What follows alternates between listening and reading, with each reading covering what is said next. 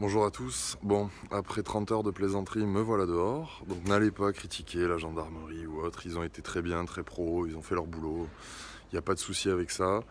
Idem pour le PSIG, parce que j'ai été déféré, mais ça c'est la procédure avec les menottes et tout, devant le procureur de Montauban. Donc en fait je suis poursuivi pour harcèlement du maire qui aurait altéré sa santé, mais il n'a pas dit tété. Donc moi j'ai une théorie, je pense que c'est le matin quand il voit sa tronche devant la glace et qu'il sait qu'il vaut rien et qu'il doit avoir du mal à dormir. Et bien il le vit mal, mais ça, ma foi, j'y suis pour rien en fait, hein. Il est qui il est, s'il assume pas, c'est son problème. Donc en attendant le 25 juin où je serai jugé pour ça et où on va plaider la relaxe, hein, tout simplement, parce qu'il n'y a absolument pas de harcèlement. Celui qui vit un putain de harcèlement, je crois que c'est moi. En attendant, je n'ai pas le droit d'entrer en contact avec lui. Bon, le procureur avait demandé, m'a dit d'ailleurs que le fond du dossier ne l'intéressait pas. Bon, pourquoi pas. Et du coup, il voulait que je pointe au truc là pour les gens qui risquent de se barrer tous les jours et que j'ai un suivi psychologique. Donc heureusement, la juge des libertés, qui avait un peu plus d'état d'âme et peut-être un peu moins besoin d'articles dans la dépêche, a levé ces 2 points. Mais je ne peux plus rentrer en contact avec le petit Christian. Parce que voilà, il va mal. Il va mal, donc priez pour lui bien sûr. N'allez pas le harceler parce qu'il en vaut pas la peine. Voilà, on sait tous ce qu'il vaut, hein, pas grand chose.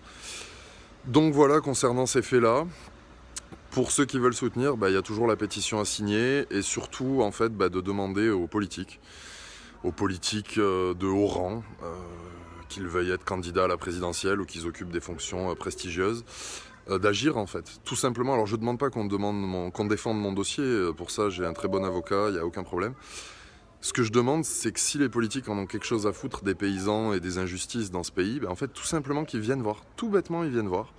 Les deux chemins, celui qu'on a refilé à l'anglais et celui que je dois emprunter, et qui m'explique que c'est pas une spoliation de mes droits et que c'est pas une spoliation des biens de tout le monde en fait, parce que c'est des biens communaux, et que c'est pas scandaleux ce que je vis. Voilà. Sans rentrer dans le fond du dossier, de savoir si je suis gentil ou méchant. Voilà, parce que ce dossier, je le rappelle à ces élus politiques, n'est pas une histoire de droite contre la gauche. Elle a été médiatisée par Hugo, que je salue, et que j'ai battu en termes de durée de garde à vue.